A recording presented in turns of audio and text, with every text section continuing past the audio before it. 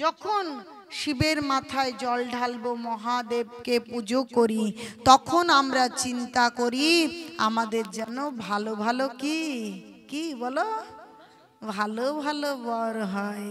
তো আমরা এই কলিযুগে রয়েছি, সবাই কিছু না কিছু ধর্ম আমরা করি, তাই না? তো আগামী এই তো এসে গেছে শিবরাত্রি, তাই না? আমরা ভাবছি শিবরাত্রি উপোস করব, শিবের মাথায় জল ঢালবো, আমাদের ধর্ম হয়ে গেল। আরে দুর্গা পুজো এসেছে, দুর্গা পুজো অষ্টমী অঞ্জলি দেব, ধর্ম হয়ে গেল। আমরা এই কলিযুগে শুধু চিন্তা করি শর্টকাট, মানে খুব তাড়াতাড়ি কিভাবে কোনো জিনিস হয়, তাড়াতাড়ি কি করে ভাত রান্না হবে, প্রেসার কুকারে দিয়ে দাও। ডাল কি করে সেদ্ধ হবে, আগেকার দিনে আমাদের মা মাসিরা কি কখনো প্রেসার কুকার ইউজ করতো? না, আমরা কেবল তাড়াতাড়ি শর্টকাট কিছু চিন্তা করছি। তো আমরা যারা এরকম চিন্তা করে ধর্মকে এরকম বছরে একদিনের জন্য অপেক্ষা করছি, ওই শিব চতুর্দশী আসবে, একদিন উপোস করব, বাবার মাথায় জল ঢালবো, আর সব কিছু হয়ে যাবে, এরকম চিন্তা করি না? হ্যাঁ, আবার অষ্টমী পুজো আসবে, অঞ্জলি দেব, সব হয়ে যাবে। কিন্তু যারা আমরা এরকম চিন্তা করছি বা করি, তাদেরকে গীতায় ভগবান কি বললেন? বলছে কাম স্তৈ স্তৈ ঋত জ্ঞানা প্রপোদন্তে হন্ন দেবতা তং তং নিয়মাবস্থায় প্রকৃত নিয়তা সয়া। বলছে যাদের চিত্ত মন কামনার দ্বারা অপহৃত হয়েছে, কামনা নিজের শরীরের নিজের ভালো লাগার জন্য যাদের কি প্রকৃত জ্ঞান অপহরণ হয়ে গেছে, কাম স্তৈ স্তৈ ঋত জ্ঞানা প্রপোদন্তে হন্য দেবতা, তখন কি করছে, অন্য কোনো একটা দেবদেবীর পুজো করে বছরে একদিন করে ভাবছে আমার ধর্ম করা হয়ে যাবে, আমার আর কোনো চিন্তা নেই, এরকম চিন্তা করছে। কিন্তু যে দেবদেবীর পুজো করছেন এরকম করে, তাতে দেবদেবীরা সন্তুষ্ট হচ্ছেন, আমাদের আকাঙ্ক্ষা অনুযায়ী তিনি কিছু না কিছু বিষয় দিচ্ছেন, কিন্তু তা ক্ষণস্থায়ী, এখন আছে পরে থাকবে কিনা তার কোনো গ্যারান্টি নেই, থাকবে না, ক্ষণস্থায়ী মানে অল্প সময়ের মধ্যে। তাই ভগবান বলছেন অন্তবত্তু ফলং তেষাম তদ ভবতল্প মেধসাম দেবন দেবযজ জানতি মদ ভক্তা জানতি মামপি। বলছে অন্তবত্তু, এই অন্তবত্তু শব্দের অর্থ হচ্ছে ক্ষণস্থায়ী। ফলম তেষাম, যারা এই দেবদেবীর পুজো করলো, কিছু ফল পেল, কিন্তু সেই ফল হচ্ছে ক্ষণস্থায়ী, কিছুক্ষণের জন্য, সেই ফল চিরস্থায়ী নয়। আমরা যখন দেবদেবীদের পূজা করি তখন আমরা ধন ঐশ্বর্য টাকা পয়সা সুন্দরী স্ত্রী সুন্দর স্বামী পাবার আকাঙ্ক্ষায় করি, তাই না? যখন শিবের মাথায় জল ঢালবো, মহাদেবকে পুজো করি, তখন আমরা চিন্তা করি আমাদের যেন ভালো ভালো কি কি বলো, ভালো ভালো বর হয়। কিন্তু ওই ভালো ভালো বর দুদিন তিন দিন, তারপর মারামারি, ডিভোর্স দেয়া দেই, কত কি কাণ্ড, ভালো আর ভালো থাকছে না, আমরা কিচ্ছু বুঝতেই পাচ্ছি না যে আমরা যে দেবদেবীর কাছে চাইছি তিনি দিচ্ছেন, কিন্তু সেই ফলটা ভগবান বলছেন ক্ষণস্থায়ী, সেই ফল কখনোই চিরস্থায়ী হতে পারে না। কারণ ভগবানই, এই দেবদেবীরাই ভগবানের পুজো করছেন, তারাও যেমন ভগবানের চাকর, আমরাও তেমনি ভগবানের ভৃত্য, দেবদেবীরাও ভগবানের ভৃত্য। তাই ভগবানের নির্দেশে অনুমতি নিয়ে তারা কোনো কিছু বিষয় আমাদের দিচ্ছে, কিন্তু সেই বিষয়টা চিরকাল স্থায়ী হয় না। আমরা চিন্তা করছি যে একদিন জল ঢেলে যদি ধর্ম হয়ে যায়, কিন্তু সেভাবে কোনোদিন ধর্ম হতে পারে না। প্রকৃত ধর্ম যদি করতে চাই, তাহলে সত্যি সত্যি আমাদের মহাদেবের কাছে কি চাইতে হবে? মহাদেব হচ্ছে শ্রেষ্ঠ বৈষ্ণব, বলছে বৈষ্ণবানাম যথা শম্ভু। শম্ভু মানে আশুতোষ, মহাদেব শিব, তিনি বৈষ্ণব শ্রেষ্ঠ, তিনি মহৎ, তিনি সাধু শ্রেষ্ঠ। বলছে মহতের কৃপা বিনা কোনো কর্মে ভক্তি নয়, কৃষ্ণ ভক্তি দূরে রহু সংসার নহে ক্ষয়। তাহলে মহতের কৃপা ছাড়া কিন্তু আমরা ভগবানের ভক্ত হতে পারি না। তাই আমরা মহাদেবের কাছে, শিবের কাছে, কারণ তিনি শ্রেষ্ঠ বৈষ্ণব, তার কাছে প্রার্থনা করতে পারি, হে মহাদেব আমাকে কৃষ্ণ ভক্তি দিন। যে ভক্তি অনন্য, যে নিত্য শাশ্বত, যে ভক্তি পেলে টাকা আছে না নেই, ঘর 5 তলা না 10 তলা, স্বামী সুন্দর না কুৎসিত, তাতে কিছু যায় আসে না, আনন্দই আনন্দ। সেখানে চির শান্তি, চির আনন্দ বিরাজ করে। বাইরে থেকে দেখতে অনেক দুঃখ দেখা যায়, বাইরে থেকে দেখতে অনেক কষ্ট দেখা যায়, কিন্তু সেই দুঃখ বা সেই কষ্ট প্রকৃত দুঃখ বা প্রকৃত কষ্ট নয়। তো আমাদের যদি চির আনন্দময় জীবন পেতে হয়, এই মানব জীবনকে সার্থক করতে হয়, তাহলে মহাদেবের কাছে প্রার্থনা করতে হবে। উনি যা করছেন, আমি পড়াশুনো করেছি, তাহলে আমি ছোট ছোট ছেলে মেয়েকে পড়াশোনা করতেই তো বিধান দেব না, যাও তোমরা স্কুলে যাও, পড়াশোনা করো না। আমি তাদেরকে বলবো, এই দেখো তোমরা একদম স্কুলে যাবে না, তোমরা স্কুলে যাওয়ার পথে ডাঙ্গুলি খেলবে, এরকম বলবো? তাহলে ভালো করে বুঝুন যে শম্ভু কত কৃপাময়। মহাদেবের কাছে আমাদেরকে কি চাইতে হবে? তাকে পুজো করতে হবে। কেন করতে হবে? যে তিনি হচ্ছেন শ্রেষ্ঠ ভগবানের ভক্ত, শ্রেষ্ঠ বৈষ্ণব। তাই বলছে পঞ্চমুখে রাম নাম করেন ত্রিপুরারি। ত্রিপুরারি বলা হয়েছে মহাদেবকে। তিনি তার 5টা মুখে সব সময় রাম নাম, ভগবানের নাম করছে। যিনি রাম তিনি কৃষ্ণ, তিনি কলিতে গৌরাঙ্গ মহাপ্রভু। তাহলে তিনি ভগবানের নাম করছেন। তাহলে তার কাছে যদি আমরা প্রার্থনা করি, তাহলে তিনি আমাদেরকে কি বলবেন, কি করতে বলবেন? তোমরাও ভগবানের নাম করো। আমি 5টা মুখে করছি, তোমরা একটা মুখে করো, নিরন্তর হরিনাম করো।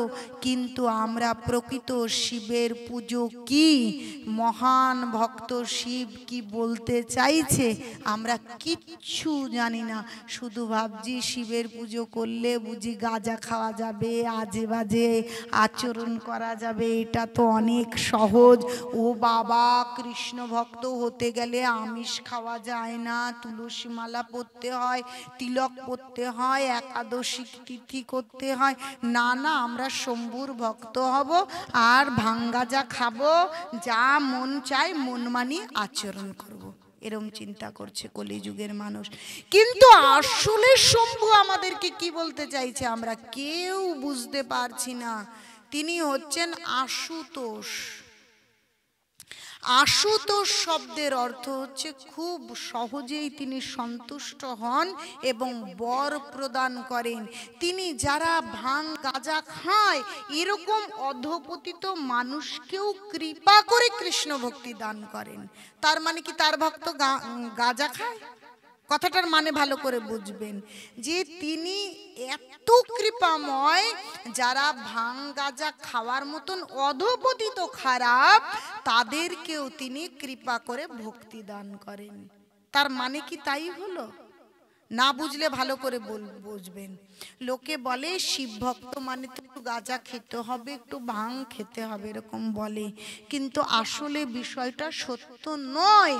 বলছে ভাং গাঁজা খাওয়ার মতন অধপতিত মানুষও যদি হাত জোড় করে একটা বেলপাতা দিয়ে একটু জল দিয়ে বাবাকে প্রার্থনা করে, আমি তো এত খারাপ, কিন্তু আমাকে ভক্তি দিন, আমাকে কৃষ্ণ ভক্তি দান করুন, তখন মহাদেব তাকে কৃষ্ণ ভক্তি দান করেন, এত খারাপ হওয়া সত্ত্বেও।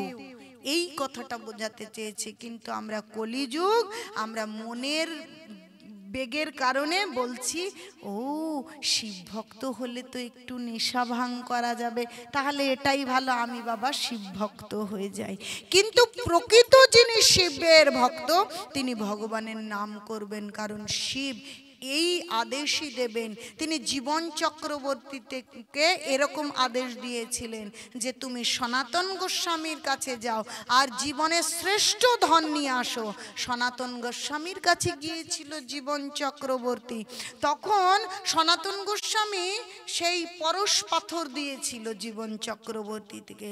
কিন্তু জীবন চক্রবর্তী চিন্তা করছে আমাকে পরশ পাথর দিয়ে দিল, আর এই পরশ পাথর সে মাটি ধুলো বালিতে পুঁতে রেখেছে কেন?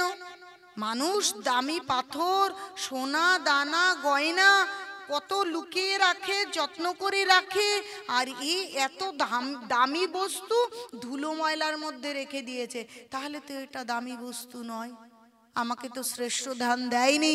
কিন্তু আমার ইষ্টদেব মহাদেব বলেছে সনাতন গোস্বামীর কাছে গেলে শ্রেষ্ঠ ধন দেবে, তাহলে এটা তো শ্রেষ্ঠ ধন নয়।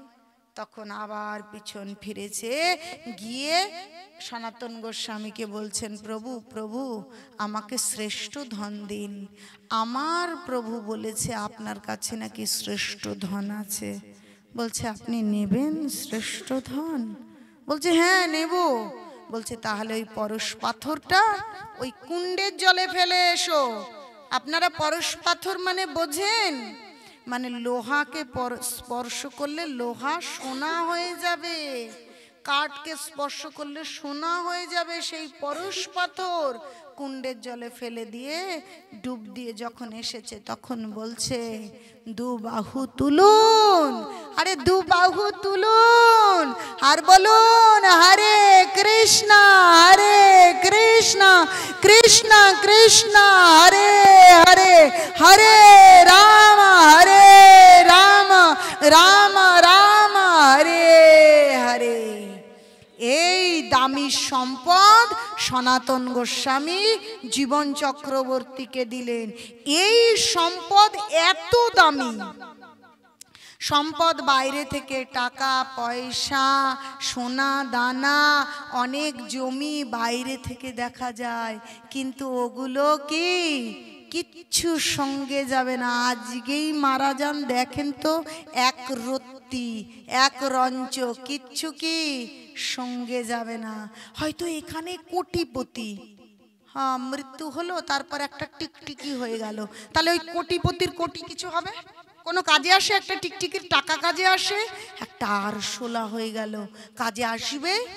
আরে অনেক শিক্ষিত, কিন্তু আবার মানব শরীরই পেল, কিন্তু সেই শিক্ষা কোথায়? আবার অ আ ক খ পড়তে হবে, তাহলে কোনো লাভ হয়? কিচ্ছু জীবনের এপার থেকে ওপারে নেওয়া যায় না। কিন্তু গীতা বলছে যদি আমরা ভগবানের ভক্ত হই, ভগবানের নাম করি, তাহলে কি বলছে জানেন?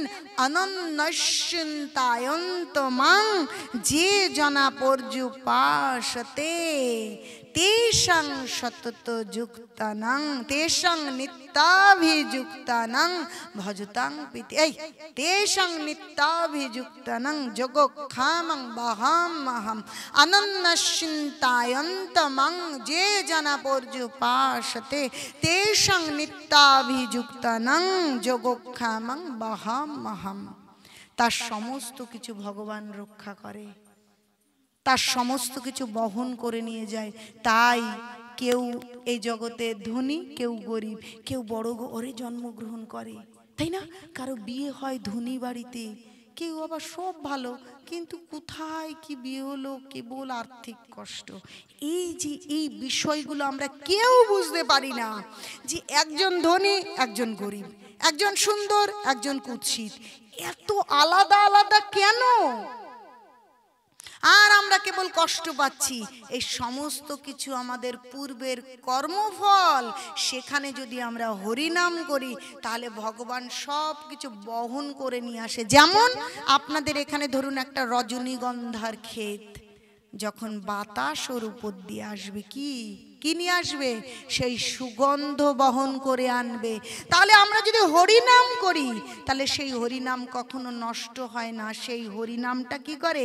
এই জীবনের সমস্ত সুযোগ সুবিধা সেই রজনীগন্ধার বাতাসকে, সুগন্ধি বাতাসকে বহন করে নিয়ে যাবার মতন আমাদের সমস্ত কিছু বহন করে নিয়ে যায়। সুন্দর জীবন, সুন্দর ভক্তি, অর্থনৈতিক সুবিধা, সমস্ত সুবিধা কৃষ্ণ কি সেই ব্যবস্থা করে দেন, যাতে আমরা ভগবানের ভজনা করতে পারি। তাই আমরা মূর্খতা বশত, অল্প বুদ্ধির কারণে মনে করছি সোনা আছে তো ধনী, জমি আছে তো ধনী, টাকা আছে তো ধনী। না, ওতে আরে তাহলে যদি টাকাতেই সন্তুষ্ট হওয়া যায় তো ধনী কান্না করে কেন? কান্না করে কেন? ধনী কান্না করছে না, ধনী আরো বেশি বেশি করে কাঁদছে। ঠিক আছে, ধনে যদি সুখ হয় তাহলে ধনী কেন কি কান্না করে কেন? তাহলে বুঝতে হবে ওই ধন ঐশ্বর্য সুখের কারণ নয়। সুখের কারণ হচ্ছে ভগবানের ভক্তি, যেটা বছরে একদিন জল ঢাললে হয় না, একদিন অঞ্জলি দিলে হয় না।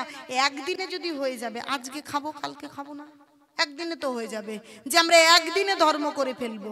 তাহলে একদিনে যদি হয় তাহলে আজকে খেয়ে কালকে খাই কেন? কেন খাই?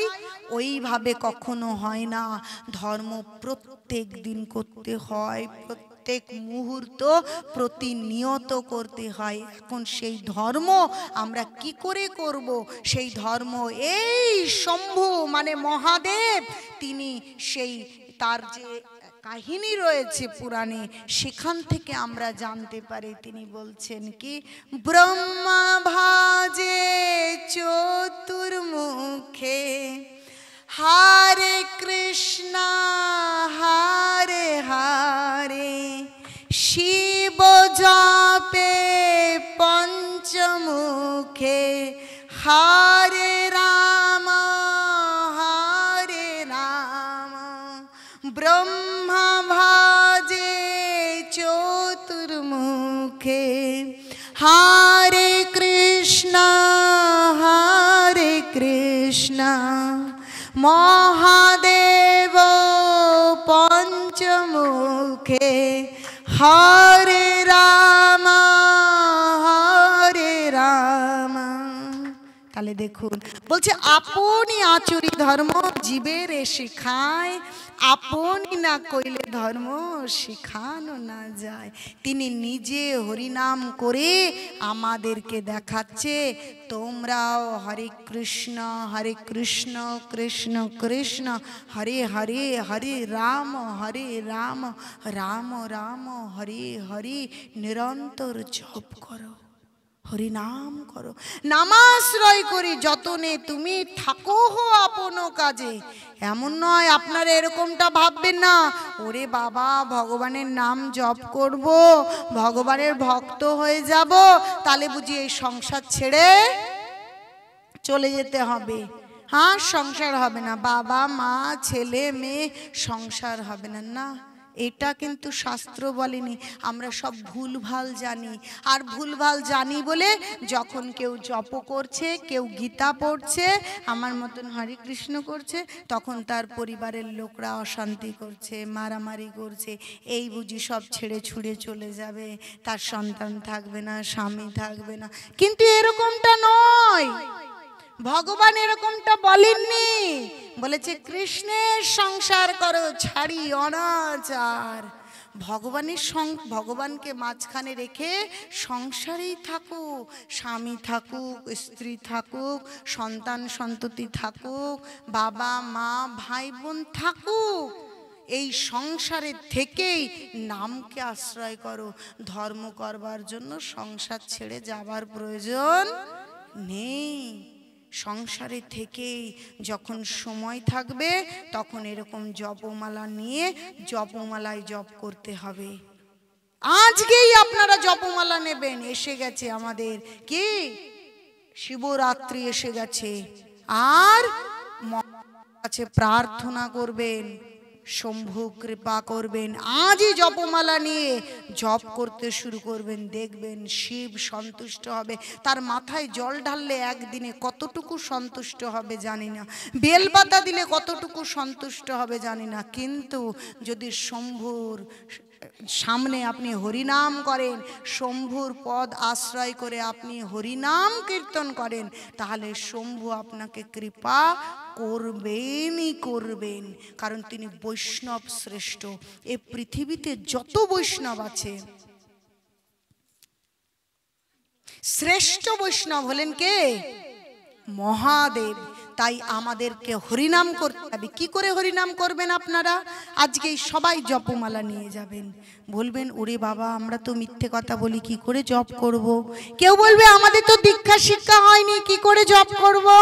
কেউ বলবেন আমি তো মাছ মাংস খাই, কি করে জপ করব? কিন্তু আমরা কেউ কিচ্ছু জানি না। এতদিন আমাদেরকে যা কিছু বলা হয়েছে ভুল বলা হয়েছে, তাই আমরা জপ করি না, আমরা তিলক পড়ি না, আমরা ভগবানের ভক্ত হতে পারি না। আমাদের এই মানব জীবন বিফলে চলে যাচ্ছে হরিনাম না করে করে। ও সব কিচ্ছু হয় না। শাস্ত্র কি বলছে ভালো করে শুনুন। বলছে দীক্ষা পুরুষ চর্চা বিধি অপেক্ষা না করে, জিহ্বা স্পর্শে আচণ্ডাল সবারে উদ্ধারে। বলছে যদি এই জিহ্বায় হরিনাম হয়, দীক্ষা হোক না হোক, শিক্ষা হয়েছে হয়নি, মাছ খাও মাংস খাও না কি খাও, না খারাপ না ভালো, সেটা বড় কথা নয়। যে মুহূর্তে ভগবানের নাম জপ, ভগবানের নাম জপ করবার জন্য কোনো বাধাই বাধা নয়। কারণ আমরা কলিযুগে রয়েছি, খারাপ তো আমাদের সঙ্গে থাকবেই। তা বলে আমরা ভগবানের নাম করব না? তাহলে তো জগাই মাধাই তো আর ভক্ত হতো না। হতো? এই যে কম্বল পেতে বসে আছেন আপনারা, কেমন গরম গরম লাগছে না? আচ্ছা, কম্বল থেকে যদি মনে করেন লোম বেছে বেছে ফেলে দেবেন, কম্বল থাকবে? তাহলে এই কলিযুগে সবাই আমরা কলির কলুষতায়, এর একটা খারাপ আছে, আমার আরেকটা খারাপ, আমার আরেকটা তো ওনার আরেকটা, প্রত্যেকের খারাপ আছে। সেই খারাপগুলোকে বড় করে দেখে আমরা ভগবানের ভজনা করব না। তাহলে এক্ষুনি তো যে কোনো সময় শরীর নষ্ট হয়ে যাবে। তাহলে শরীর নষ্ট হলে কি হবে? যে কোনো সময় আমাদের শরীর নষ্ট হয়ে যেতে পারে। আর শরীর নষ্ট হয়ে গেলে কি হবে?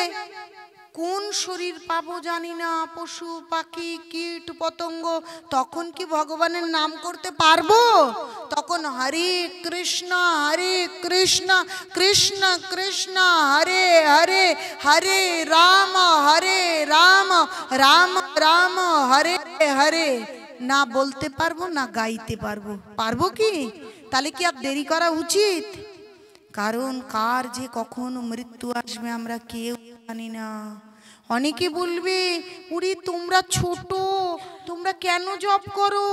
আরে চুল পাকুক, ছেলে মেয়ের বিয়ে করাবি, তখন জপ করবি। আচ্ছা, আমরা যে 60 বছর 70 বছর বাঁচবো এর কোনো গ্যারান্টি আছে? হাই চুপ। আমরা 60-70 বছর বাঁচবো এর কোনো গ্যারান্টি আছে? চুলটা পেকে একটু সাদা সোনালি হবে এর কোনো গ্যারান্টি আছে? আছে?